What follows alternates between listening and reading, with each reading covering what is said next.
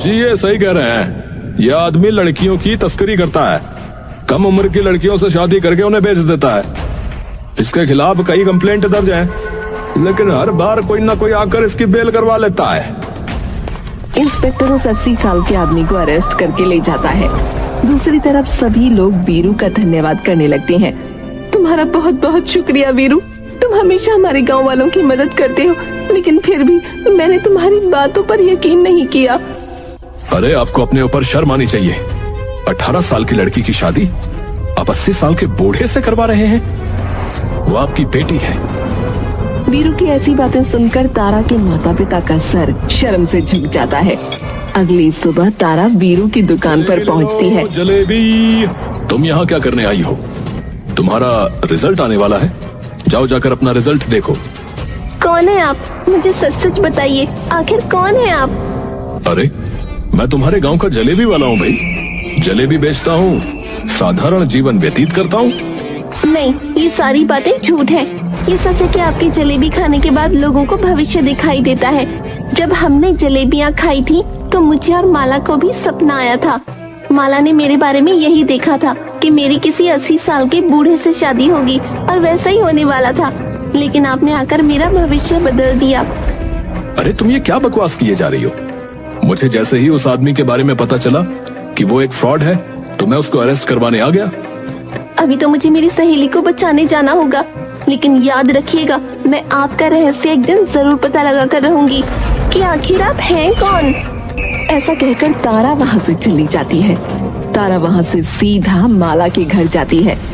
Aunty जी, माला कहाँ है? मुझसे उसके बारे में कुछ मत पूछो। हमसे कह रही थी एग्जाम अच्छा गया है, और देखो सारे सब्जेक्ट्स में फेल हो गई है, और कह रही है दोबारा 12th करेगी।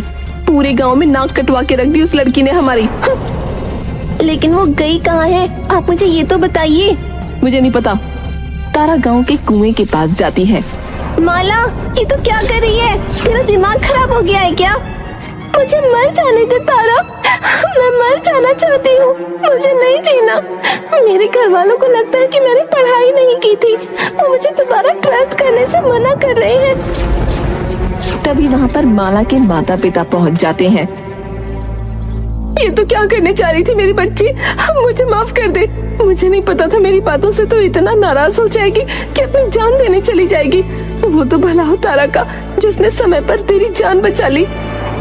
लेकिन आंटी, आपको किसने बताया कि माला यहाँ पर है? वीरू ने, उसी ने बताया कि माला यहाँ आत्महत्या करने आई है। माला मेरी बच्ची तो ठीक तो है ना? चल बेटा घर चल। तारा का शक अब यकीन में बदल चुका था। उसे पूरा यकीन था कि जरूर जलेबी वाले वीरू का कोई बड़ा रहस्य है। उस जलेबी वाले का रहस्य तो मैं पता लगा कर रहूंगी, हो ना हो वो सबका भविष्य जानता है। तारा ने वीरू पर नजर रखना शुरू कर दिया। वो छुप छुप कर उसका पीछा किया करती। एक दिन, सुनिए, मुझे आपसे कुछ पूछना था। आप वही है ना जिन्होंने कल वीरू भैया के यहाँ जलेबी खाई थी? हाँ, मैं वही हूँ। क्यों, क्या हुआ? आपको कल रात कोई सपना आया था क्या भविष्य के बारे में? हाँ, मैंने सपना देखा था, लेकिन क्यों? मैं जान सकती हूँ आपने क्या देखा था? हाँ हाँ, क्यों नहीं। मैंने बहुत बुरा सपना देखा था। मैंने देखा कि आधी रात को मेरे घर में चोरी हो गई है, और चोर जो है घर का सारा सामान ले गए हैं। अच्छा, आपका धन्यवाद। मैं बस इतना ही जानना चाहती थी। मैं चलती हूँ। और आधी रात को उस आदमी के घर के पास वाले पेड़ के पास छुप जाती है। अगर मेरा शक सही है तो आज रात वीरू भाई इनकी मदद करने जरूर आएंगे। ठीक आधी रात को उस आदमी के घर सच में कुछ चोर आते हैं। अबे ओए, अबे सुन, अबे धीरे धीरे आगे बढ़ ले। पहले मैं खिड़की से अंदर जाऊंगा, समझा? फिर तेरे को आना है। सुना है इस बुड्ढे के घर में बहुत माल है, समझा? हाँ हाँ, अब जल्दी चलो, नहीं तो कोई आ जाएगा भैया। चलो। वो दोनों खिड़की के अंदर घुस पाते इससे पहले ही जलेबी वाला वीरू वहाँ पहुँच जाता है। क्या बात है, इतनी रात को यहाँ क्या कर रहे हो?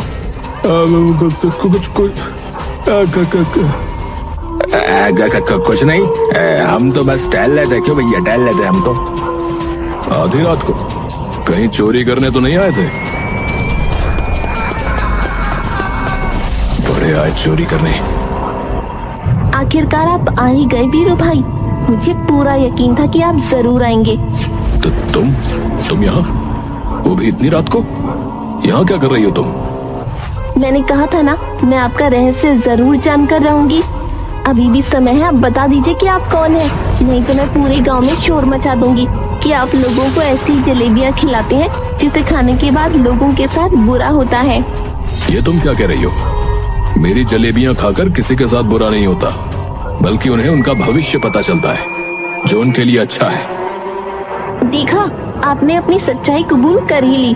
अब आप खुद ही बता दीजिए कि आखिर बात क्या है। आप हैं कौन, कहां से आए हैं और क्यों आए हैं? तुम बहुत तेज लड़की हो। ठीक है, मैं तुम्हें सब बता दूंगा, लेकिन तुम विश्वास ही नहीं करोगी। अगर मैं कहूं कि मैं भविष्य से आया हूं, मैं एक टाइम ट्रेवलर हूं, तो क्या तुम मेरा भरोसा करोगी? क्या कहा आपने? आप एक टाइम ट्रैवलर हैं और आप भविष्य से आए हैं? ऐसा हो ही नहीं सकता। आप जरूर मुझे बच्चा समझकर पागल बना रहे हो। मैंने कहा था ना, तुम मेरी बातों पर भरोसा नहीं करोगी। ये देखो मेरी तस्वीर। मैं भविष्य में बूढ़ा हो चुका था। मैं एक साइंटिस्ट था और मैं हमेशा से टाइम ट्रेवल पर रिसर्च करता रहता था। और मैंने एक दिन टाइम ट्रेवल मशीन बनाकर तैयार भी कर ली। वो मशीन भूतकाल में जाने के लिए तैयार तो थी, लेकिन वहां से वापस आने के लिए तैयार नहीं थी। आपको क्या लगा आप मुझे कोई भी झूठी कहानी सुनाएंगे और मैं मान लूंगी? आप मुझे सच सच बताइए कि आप कौन हैं? ठीक है, अगर तुम्हें मेरी बातों पर भरोसा नहीं है तो तुम मुझे कल सुबह मिलना। मैं तुम्हें ऐसी चीज दिखाऊंगा जिसे देखकर तुम्हें जरूर यकीन होगा कि मैं सच बोल रहा हूँ। तारा अपने घर चली जाती है। अपने माता पिता से बचकर वो अपने कमरे में जाती है, लेकिन उसे पूरी रात नींद नहीं आती।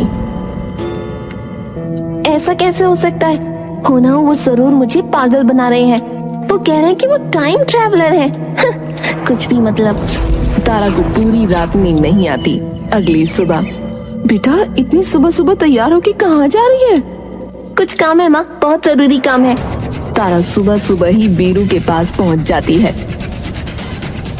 तो आ गई तुम? कैसे नहीं आती? आखिर मुझे आपके रहस्य का पर्दाफाश करना है।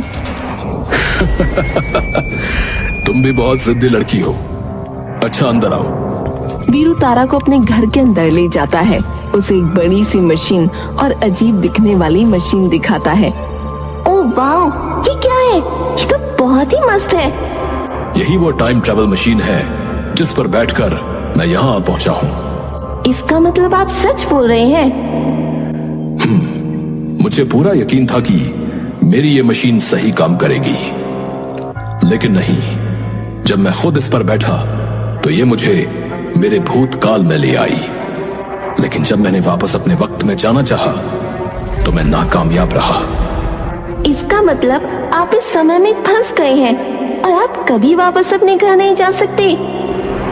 नहीं, लेकिन क्योंकि मैं भविष्य से आया हूं तो मैं अपने गांव के लोगों का भविष्य जानता हूं। इसलिए मैं उन्हें अपनी जलेबियां खिलाकर हिंट देता हूं कि उनके साथ कुछ बुरा या अच्छा होने वाला है। लेकिन ये संभव कैसे है? तुम शायद भूल गई, मैं एक साइंटिस्ट हूं। मैंने एक ऐसा केमिकल तैयार किया है जिसे खाने के बाद लोगों को अपने भविष्य की झलक दिखाई देती है। आप अपने घर नहीं जा सके, इसलिए आपने फैसला किया कि आप लोगों की मदद करेंगे और इसीलिए आपने मेरी मदद की, माला की मदद की और कई गांव वालों की मदद की। हाँ, ये सच है। मुझे माफ करना भाई, मैंने आपको गलत समझा। अगर तुम मेरा ये रहस्य सिर्फ अपने तक रखोगी तो ही तुम्हें माफी मिलेगी, और साथ में तुम जितनी चाहे उतनी जलेबियां मुफ्त में खा सकती हो। सच में? ठीक है, फिर मैं कभी किसी को कुछ नहीं बताऊंगी, लेकिन आप अपना वादा मत भूलिएगा। और अगर आपको कभी मेरी जरूरत पड़े तो मैं आपकी मदद जरूर करूंगी। वीरू और तारा में अच्छी दोस्ती हो जाती है। वीरू फिर पहले की तरह लोगों की मदद करने लगा और अब उसका साथ तारा भी देती थी।